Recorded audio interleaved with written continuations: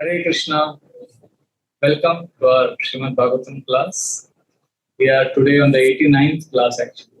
I was just checking. We have completed 88 classes, so soon we'll reach 100 hopefully.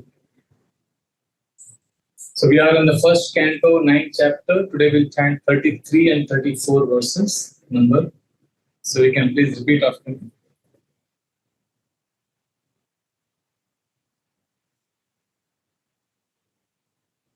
These are the same format. Like I will chant 2 lines at the same time, and then we can respond. It's 33.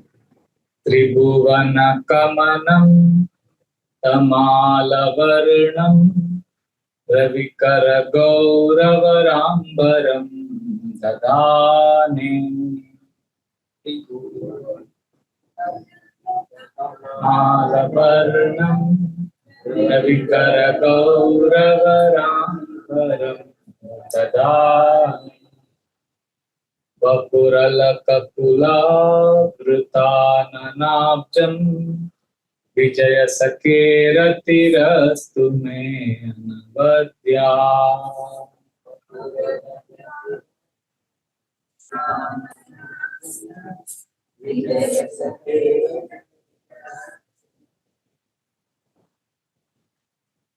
Last time Prabhuji is there. Any of the Matajis would like to read the translation and purport of this verse loudly, clearly?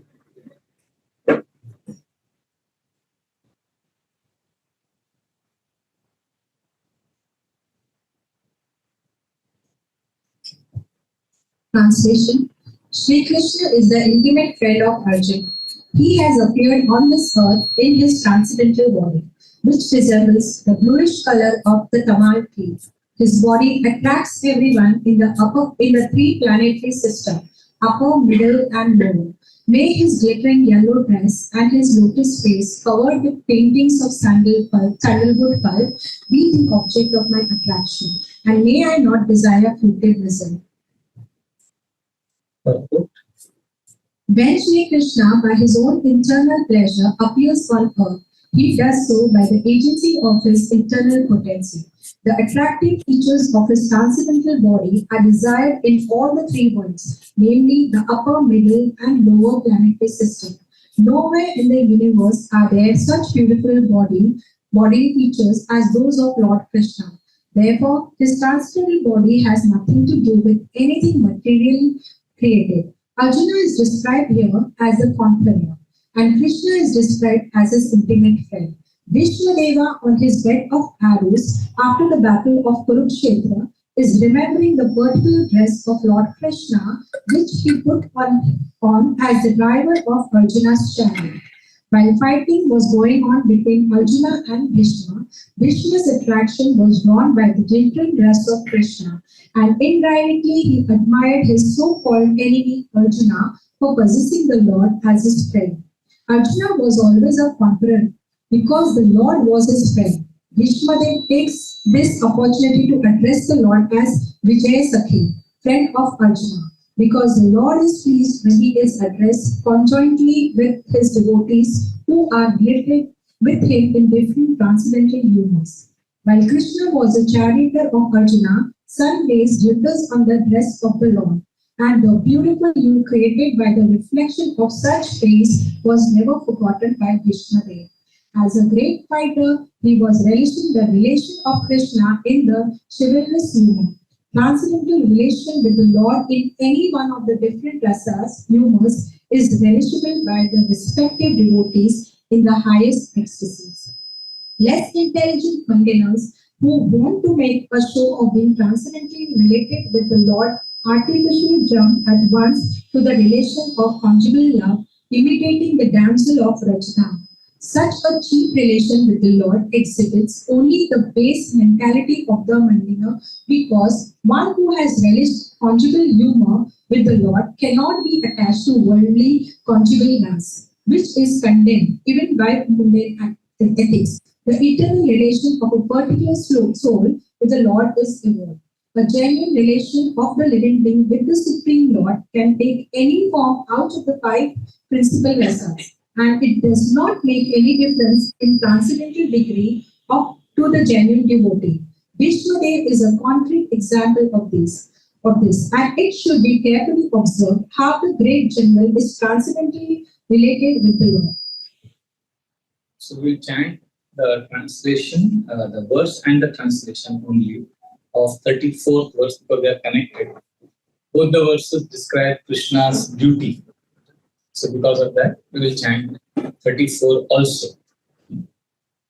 Yuditura garajo vidhumra vishwa kachalulita shramabari alankritasye. Yuditura garajo vidhumra vishwa kachalulita shramabari alankritasye. Mama nishita share vividyamana vachi vilasat kavachestu Krishna Atma.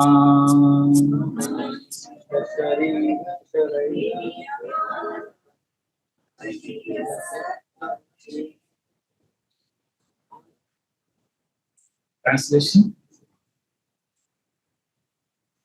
On the battlefield, where Sri Krishna attended Arjun out of friendship, the flowing hair of Lord Krishna turned ashes due to the dust raised by the hoofs of the horses, and because of his labor, beads of sweat wetted his face. All this decoration intensified his death by the sharp hands were enjoyed by him. Yet my mind is so confused with this. So if you see, there is a meditation on Krishna's beautiful form. And Bhishma is meditating on the sweat, the drops of sweat that is falling from the forehead. And he's comparing it with pearls. And Bhishma Pitama is also meditating on the dust that is raised with the hoofs of the horses and how that is falling on Krishna's hair and how his hair is becoming ashen color. So like this, details of Krishna's beauty is what Bhishma is meditating upon. And even in the first verse, the 33rd verse, we saw there is Krishna's clothes is being described, his complexion of tamal tree, and yellow dress, lotus face, pulp, sandalwood pulp is there. So all this meditation is happening in Bhishma's consciousness as he's living this body. So this is a very, very instructive, very beautiful meditation of Bhishma, which we can now take it as an instruction for our practice. See, when we are dying, this is what we need to do. Srila Prabhupada said, we want to leave our body like Bhishma, meditating on Krishna. And here, Bhishma is teaching us what is the meditation. Death is an examination, but life is a preparation. So we can start meditating on Krishna's form now. And if you see in the purport, there are three interesting themes that are coming out in the 33rd verse. First is, Srila Prabhupada clarifies that Krishna is so beautiful, but this beauty is not part of this material world. This beauty is Krishna's internal potency. Krishna's internal potency, beauty means that beauty doesn't have even a tinge of the beauty of this world. So you should not think that, oh, Krishna is beautiful. Now you think of the most beautiful woman or man in this world and don't think Krishna must be beautiful like that person. So that cannot be done. That is the first theme that's coming up. Second theme here we see Srila Prabhupada explains how Bhishma is addressing Krishna, Arjuna as Vijaya Sakhe. Vijaya Sakhe Ratir Astu. So he's saying, I want my attention to be fixed on Vijaya Sakhe, the friend of the victorious. He's calling Arjuna as victorious. And he's saying, Arjuna's friend. Bhishma knows that Krishna always likes to be addressed by a name that is connected to his devotees. Like Gopi Nath, Radha Nath, Yashoda Nandan, Nanda Nandan, Nanda Kumar. Like that. Gopi Jana Vallabha. So Krishna likes names connected with his devotees. So that's another thing that Srila Prabhupada explains. And the third, which is the last part of the purport, Srila Prabhupada talks about rasa or humor or mellow. Bhakti movement offers us something very interesting which no other spiritual path presents. Here we are presented with the concept of rasa. Rasa मतलब एक मजा बोलो, मेलो, एक आनंद, एक flavor, and that flavor is the connection with Krishna. Remembrance of Krishna. Thank you for reminding us to keep our telephones on silent mode. Right? Yeah, silent. So rasa is a very beautiful concept which we have access to, because we may go through turbulence, suffering, deaths, heartbreaks, devastation in our personal lives. But if you are experiencing rasa in Krishna consciousness, just like a very crude example is a drunkard. He has a shelter of liquor. Sukme, dukme, he is only taking, when there is victory, there is celebration, he takes liquor. When he is morose and depressed, he takes liquor. And he experiences some rasa there. But devotees, our rasa is in Krishna, but there is a big difference. A drunkard, when he experiences intoxication, he lives in denial of his suffering. But devotees, when we experience rasa in Krishna consciousness, we accept our suffering. We learn to embrace that pain. We learn to drink the tears of our pain. It's not that we live in denial. What is that nice line?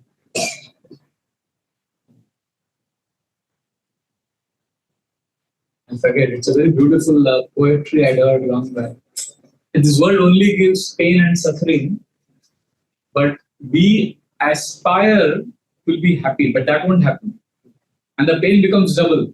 But if you have rasa, if you are experiencing rasa or flavor in bhakti, then we can tolerate. So these are the three themes coming out here. And especially the rasa part, the essence of that is if you want to experience rasa in Krishna consciousness, like nasha hai, taste it, then Bhishma is teaching us what. Go beyond the rituals, go beyond obligations, go beyond 16 rounds karna hai, khatam karna hai, ye seva karna hai. वो सब करना ही है, otherwise mind will go crazy. But along with that, seek to remember Krishna. Seek to meditate on Krishna's lotus feet, Krishna's form. This is the solution. And this meditation starts with hearing. Because the more you hear, the more you read about Krishna, the more you are attracted to meditating on Krishna's form. So hearing is the first and most important step. See, the mind will drag us if our mind is not focused on Krishna's lotus feet.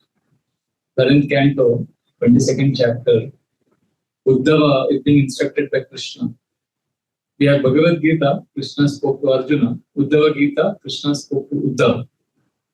So I always say how Krishna is on our right side, mind is on the left side, mind is chanchal. So Krishna also gives an analogy like that, which is very beautiful actually. He tells Uddhava that mind is an actor who is acting in the drama. And there is an auditorium and the stage, there is an actor performing drama and you are the audience. And when you are watching the drama, you get so absorbed in watching. You identify with the actor and the acting so much that you go through the emotions. Although you are not going through anything. See, the mind is the actor, we are the audience, but we identify so much with the actor, we have nothing to do with him.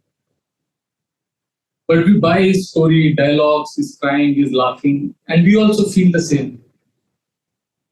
Actually, Shringar Nata Rasya Shastra jo hai, the whole treatise on presenting Shringar Ras through drama, it explains very clearly that actors don't experience rasa as much as the audience. Because the actor is busy getting the delivery right. For him, it just is going through the motions.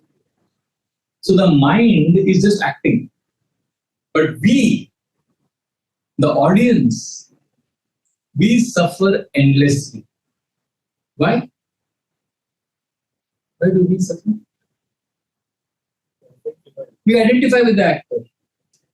We are looking at him so much and we are taking everything he's saying literally and seriously. Although we have nothing to do with the actor, their mind. It's all the mind saying. The mind tells you something very nice about a person. The next day, the mind tells you very bad things about that person. One moment, the mind says, go and eat this forbidden food, which is not good for your health. The mind urges you. And the moment you eat it, the mind castigates you for eating it. So the mind is constantly doing drama. And we are watching that drama and we have purchased the mind's drama.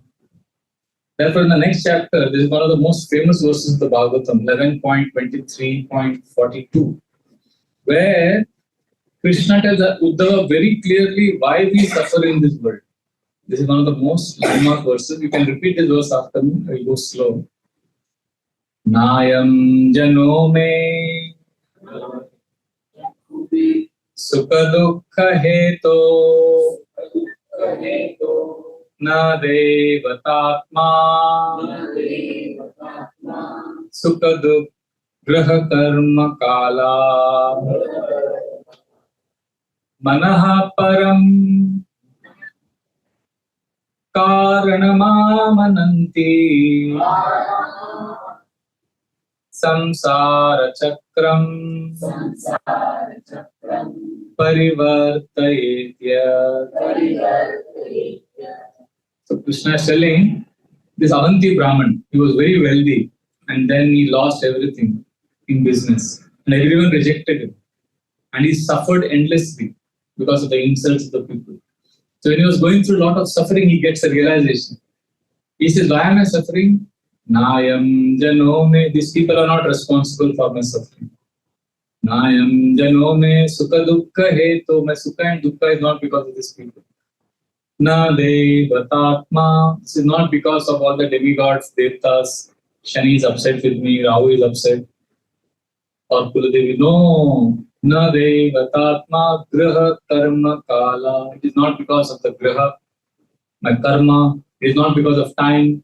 I am not suffering because of all of this. Why am I suffering? Manaha param, mind is the main reason. Manaha param karanamamananti. Param karan is my mind. Main reason is my mind.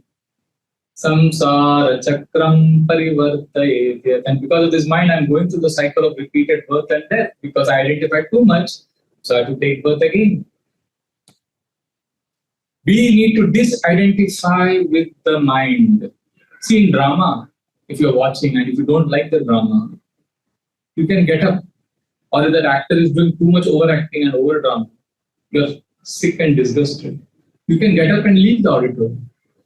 But in our inner world, the drama that is happening, the mind's drama, you are just stuck to your chair. You are bound and you are absorbed. You are just not able to leave the theater of the mind. So Bhagavatam is teaching us how we should learn how to see that mind is not me, mind is different from me. And the scripture, Srimad Bhagavatam, is the tool. Srimad Bhagavatam, because this is helping us access higher intelligence. See, our intelligence, if we use, we can't get up from the theater and leave the drama of the mind because our intelligence has got contaminated by the mind. Intelligence is supposed to know better. Intelligence is supposed to be higher than the mind. But intelligence has become a lawyer of the mind. Intelligence simply justifies what the mind desires. So therefore, we need higher intelligence. And these scriptures, they reveal us the truths of this material world. They teach us how there is suffering, there is birth, there is death, how beauty is all superficial, happiness is non-existent. So when we keep hearing that, then we are able to separate ourselves from the mind.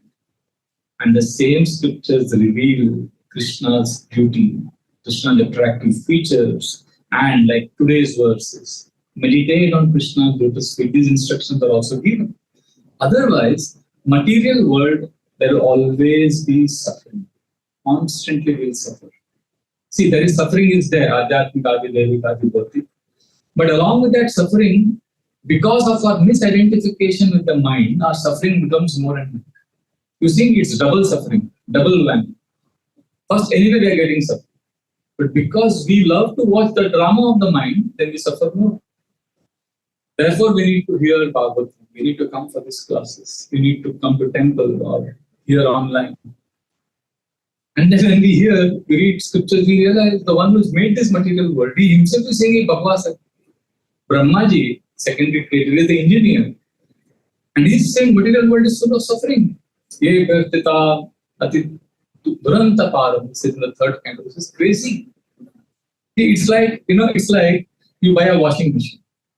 And the owner of that, the manufacturer of that washing machine, he advertises. If you buy the washing machine made by our company, your clothes will get torn, your clothes will get spoiled. Please buy this washing machine. Please buy this washing machine. Would you buy? Why will you not buy? Not because your neighbor is saying it's not good. Not because you saw Amazon customer review. The manufacturer is saying, the manufacturer of the product is saying it is defective, and still we say, nee, hopes money. Or, like a company enters the primary market, stock market, and it issues shares. Says, please invest in our company's shares. We are very happy to announce that in 5 years, our company will completely close down. Diwala nikal jayega. We are going to make very big losses. But please buy our shares, buy our stocks. We will like, nobody will buy. But that's precisely what Brahmaji is saying. Or like, let's say, this politics in India, biggest pastime of people is politics. Especially Maharashtra, so much drama happened. So let us say, I can't take names, very sensitive. See, one political party, the main chief of that political party says, my party is bogus. See, opponent, the opposition or the other party, rivals say it is that party is bogus, that party is bad, anti-India, we are not surprised. If the president of that party says, our party is anti-national, please vote for us. Who will vote? What point I'm saying is that Brahmaji is declaring in the Bhagavatam that this material world is full of suffering. Don't seek happiness here. But we think, no, I will be happy. The whole Bhagavatam scheme is suffering. Without Krishna in our life, our suffering would be so intense. And it is not that we see the poor people suffer. It is not simply the poor people who suffer in this world. The wealthy also suffer endlessly. Just open your eyes. Why do the wealthy suffer as much as the poor, if not more than the poor? Based on what we have discussed 5 minutes ago. They also identify with the mind. In fact, they may identify more with the mind, the drama of the mind. Simple. Like I have gone in this, when you go in the taxi from here to Borivali, sometimes I travel on Daisar, Mira Road. I see sometimes in the slum areas, I see these children are playing and they're laughing. You go by train, when you reach that Mayan Bandara Creek, you'll see that water which is stinking. You see children swimming, laughing, smiling. You may think they're in ignorance. But they have their own happiness and distress. And rich people are living in wealthy, beautiful mansions, but they also identify with the mind. I know one wealthy man, actually, is financially very endowed. He's my good friend. He has a couple of companies he owns. And he's a devotee. So he told me something, because I had never experienced an abundance of wealth as I was growing up like he has. So somewhere I would think they are maybe more happy. But he told me the anxiety they have. He said, some wedding is there. 6 months later, 7 months later, in some of the relatives somewhere, wedding is there. He says, we have started preparing now. I said, are you involved in that? No. We are just preparing how to go attend this wedding. What dress to wear. He was telling about his wife and his wife's sister and all of that. How they are preparing, and then the dress has to be, they cannot repeat the dress because 3-4 साल में एक बार repeat हो सकता है शादी में, and all that. And he was saying all the details. I was like, and he was saying it's not simply a small detail, it's anxiety in that wedding. If somebody else is better dressed, and then he said my wife would be in, and she would come back feeling miserable. I mean, for me that was shock. So I was saying, Of course, not just women, even men have their insecurities and anxieties. Stalin is a classic case. He was ruling Russia, but he was worse than Hitler. And we have in our scriptures, Indra, the king of the Devtas, he is always insecure of his seat. Vishwamitra was a great king, he had everything, but he couldn't handle that Kamadhenu cow which he couldn't get from Vashishta. And Indra, to disturb those who are becoming more powerful by their penance, sends beautiful damsels and apsaras to lure them away from their meditation. So once he sent Cupid, I think, who came to disturb Naranarayan Rishi. Cupid. So Naranarayan Rishi said they were like completely blissful, like absorbed in Krishna. He said, relax, you can't disturb us. We will give you a gift. Ramsara, so beautiful, a return gift to Indra. So from his lap, he created, Ur means lap, and Vashi means one who's produced or stays in the lap. So Urvashi was created from the lap of Naranarayan. And he handed it over to Indra. Yeah, mazak karo, chalo. So we have a joke in the ashram. If somebody is spending too much time on their laptop, we say Urvashi ke sath bahut time bita raha hai. We call Urvashi as laptop. Lap means Ura, top means Vashi. Once we were doing a drama, Sunday, now we have these children, Gopal's from school and all that. So earlier, Sunday, every month, Sunday feast class, once a month would be children's program. They would sing songs, drama, like we have every Sunday morning now. It would be after the Sunday feast class. So once these children were doing this drama, so one of the girls, they were acting as Cupid. They had to come dressed and shoot an arrow like that. So they wanted permission for this particular act. So they came to Maharaj and said, Maharaj, so in this drama, there is one child will be acting as Cupid. Is that allowed? Can we do that drama? Maharaj said, yes, as long as that Cupid doesn't shoot arrow at the audience. So Cupid is trying to disturb, and different apsaras are coming to disturb great rishis. So material world is so nasty.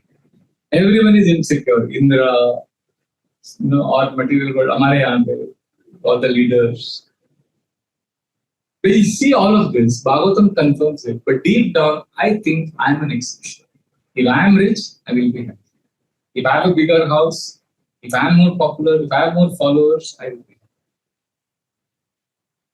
Now you will say, Acha Prabhu, so we come for your Monday classes, so you are saying we should not desire money, we should not have career. No, I'm saying it's okay to desire to have more money, but then have a purpose. Attach that ambition and career goals to some purpose beyond money.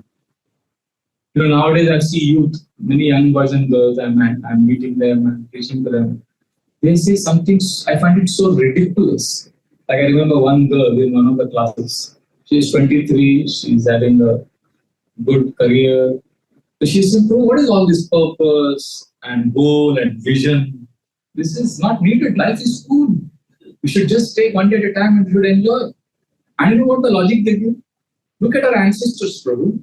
They never had all this vision statement and purpose. They were just living one day at a time. They were happy and peaceful. So we should also be happy and peaceful, not burden ourselves with the goal, with the vision. And I laughed at that question. I said, what are you saying? Yes, our ancestors didn't have that purpose, vision, but they also did not live an artificial life like you are leading. They were more aligned to nature. And because they were aligned to their nature, they lived peacefully, so they didn't need a vision because they were seamlessly aligned to that. You, on the other hand, you don't want a vision or a purpose, but you want a lot of money.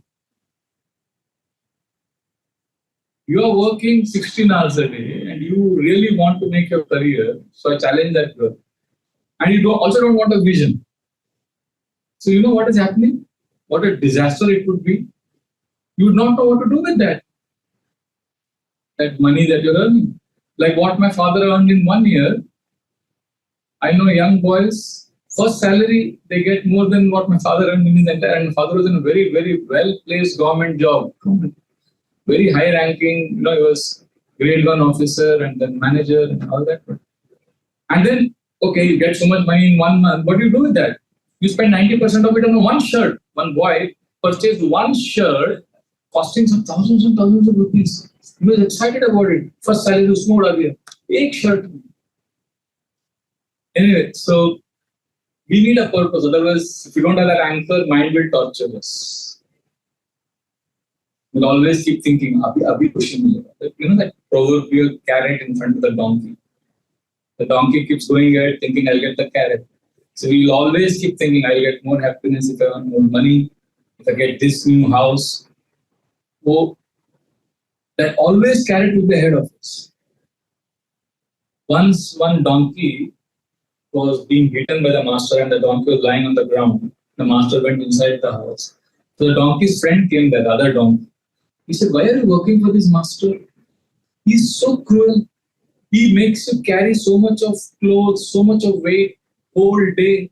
And in the end, what does he give you? Just a little bit of grass, and the grass is abundantly available everywhere.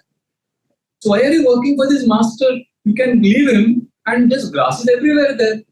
Why are you stuck with him? The donkey said, no, I'm here because I've got very good career prospects. Very good hope for future. He said, what career prospects? What hope? So the first donkey said, Arey, some days ago, I heard my master chastise his young daughter. She was not studying well. So my master chastised her. You stupid girl, if you don't work hard, if you don't study properly, I will get you married to our donkey. So I'm very hopeful that will happen. So this is our hope. Our hope is that we'll be happy by getting more material success. That is being foolish. Srimad Bhagavatam says, more we earn, more wealth gets more suffering. If it is not connected to a purpose. Raghunath Das Goswami was a billionaire by today's standards. In 1500s, in the early 16th century, actually late 15th century, there where his father and uncle were earning some 20 lakh rupees in 1 year, which was like some 200 crores tak hoga aaj ke zamane mein. It was crazy amount of money they had. Billionaires. Raghunath Das Goswami was the only son of both the families and he was the heir to the whole empire. But he would feel happy. He would get shelter. He would take shelter of Namacharya Srila Haridas Thakur, who would be chanting Hare Krishna sitting in a cave where nobody would come, and that cave had one serpent as his companion, and that snake would emit so much poisonous smoke, poisonous smell. It was stinking, that cave. So Raghunath Das Goswami would go and spend time every day with Haridas Thakur in that cave. Matlab kuch to hai Hare Krishna mein, which is not there in the material world.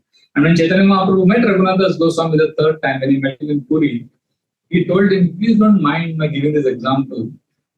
I'm just telling you fact of matter is that your father and uncle are so wealthy, but they are so attached to wealth. They are like worms in a ditch where people go to pass stool. During those days, toilets were a little different. People would go out and they would pass stool in some hole in the ground. So Chaitanya Mahaprabhu says, in that hole in the ground, there would be some worms. Your father and uncle are like those worms. I mean, these are very strong statements.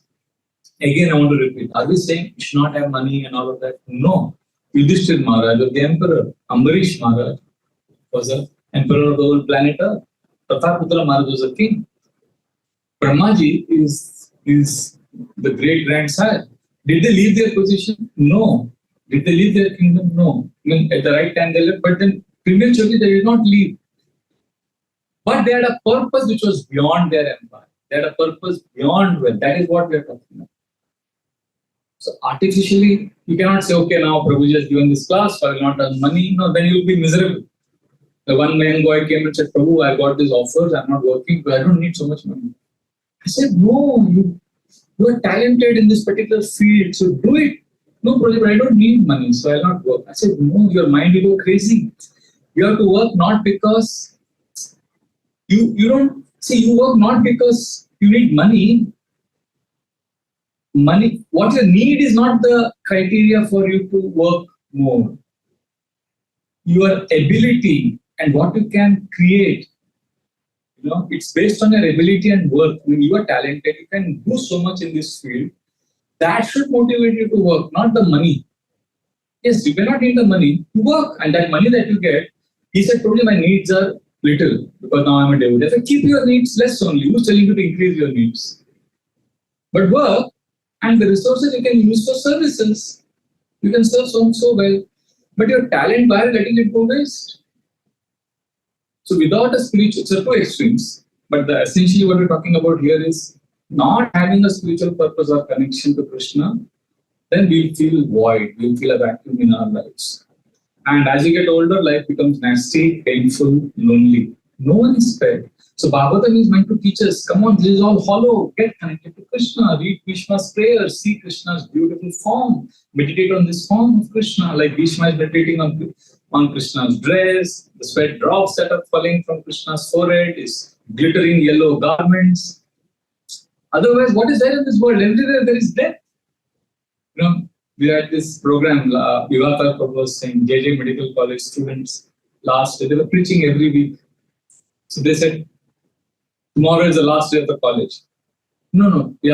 Something like that. And then that day, the devotees also organized a Kirtan party for that devotee. But the college had organized a disco party. So the non-devotees would go there, devotees would come. If we created an alternative for the people. So we would call young boys saying that yahan pe free prasad hoga, kirtan hoga. So one boy who was a topper of that college, he was just coming to the classes a few times. So we pushed him, come. He said, no, I want to go for this dance party. And he went for the dance party. The young 23, 22-year-old young boy. And in that dance party, while dancing, he got a cardiac arrest and he died. So devotees are thinking, only if he was in Kirtan, all of us were singing the Lord's holy names. And so it's not that only old people die. I was in Mayapur Yatra this last month. So I met an old friend, a dear friend of mine, whose 15-year-old son died mysteriously. Nobody knows how. It's not suicide. It's not murder. He's just sleeping and he woke up, he's dead. Morning, they woke up, bagal mein soya. 15-year-old.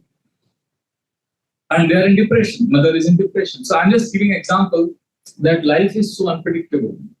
So the previous verse which we discussed last time and today, it's time we get serious, investing our thinking, feeling, willing, thoughts in remembering Krishna. And Krishna's form is there for us to meditate. See, intellectually we can understand. Material world is miserable. Death is there, suffering is there. But without following this, what Bhishma is doing now, meditating on Krishna's lotus feet, without hearing about Krishna, without investing our emotions in Krishna, then we will go back to material life. Because sense gratification is always inviting us. And we'll become worse than materialistic people because materialistic people, they don't know that what they're doing is suffering. They're in tamoguna. But you have knowledge because you have attended 88 classes, Bhagavatam classes. You are trapped. You heard so much Bhagavatam, but you're not applying it. You're not actually meditating on Krishna. So material world is full of suffering. Like today also I spoke so much. ये सब kind काम में जाता है, अंदर जाता है. Bhagavatam is it's like a mirror. It shows you a mirror. So this subject matter goes in. And then we also are not investing and making an effort to connect with Krishna consciously by remembering him. Then we know, head mein hai Krishna, but heart mein Krishna experience we are not doing. Then you try to enjoy because you need rasa, you need happiness. So you go for materialistic activities.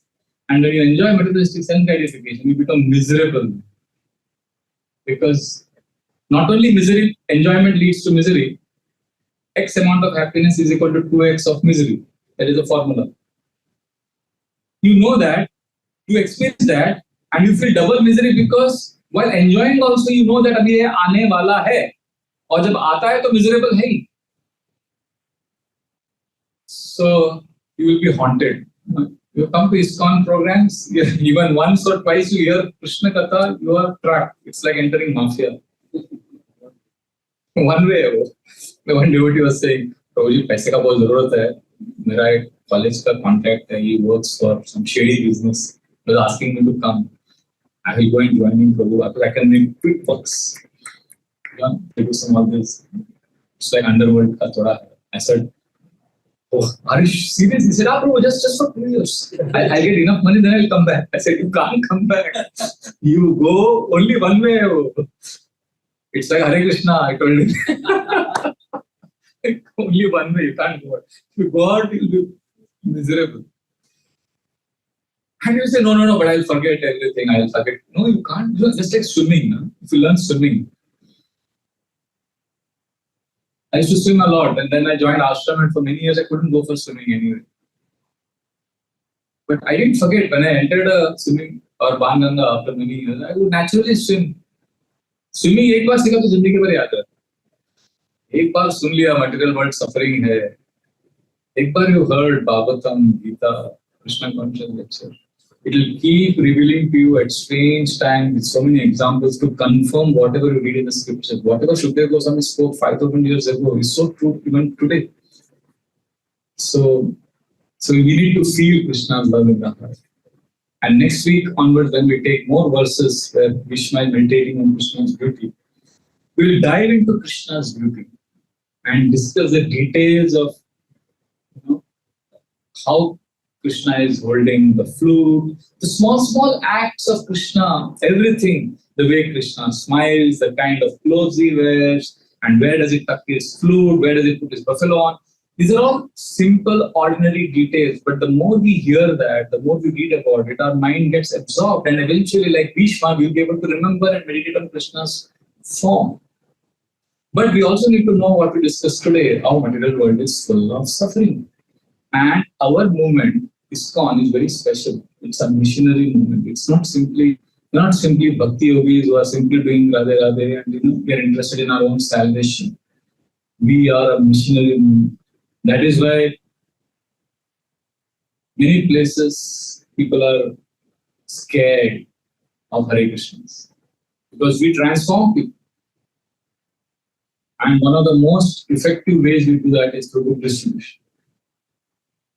Srila Prabhupada's Bhagavad Gita, Bhagavatam, small books we distribute in large numbers within a month of December. This is called the Gita Jayanti Marathon. Wednesday is the Gita Jayanti Ekadashi. So this 1 month we dedicate for massive book distribution, and this year we also want to do a lot and lots of book distribution to glorify His Holiness Srila Gopal Krishna Goswami Maharaj, who was the pioneer and architect of teaching book distribution in India. So to honor his memory, he left this world this year. His Holiness Radhana Swami Maharaj desired that we honor him by doubling our book distribution efforts. So our Raghav Charan Prabhu will make announcements about book distribution. But I want to share also a few thoughts about how I would do book distribution for many years. I would go in the local trains.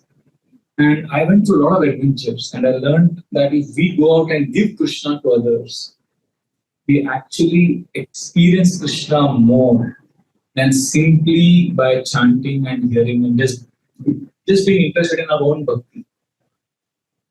We have to take care of our sadhana. We need to chant and hear. But when we give Krishna to others, we attract a lot of blessings.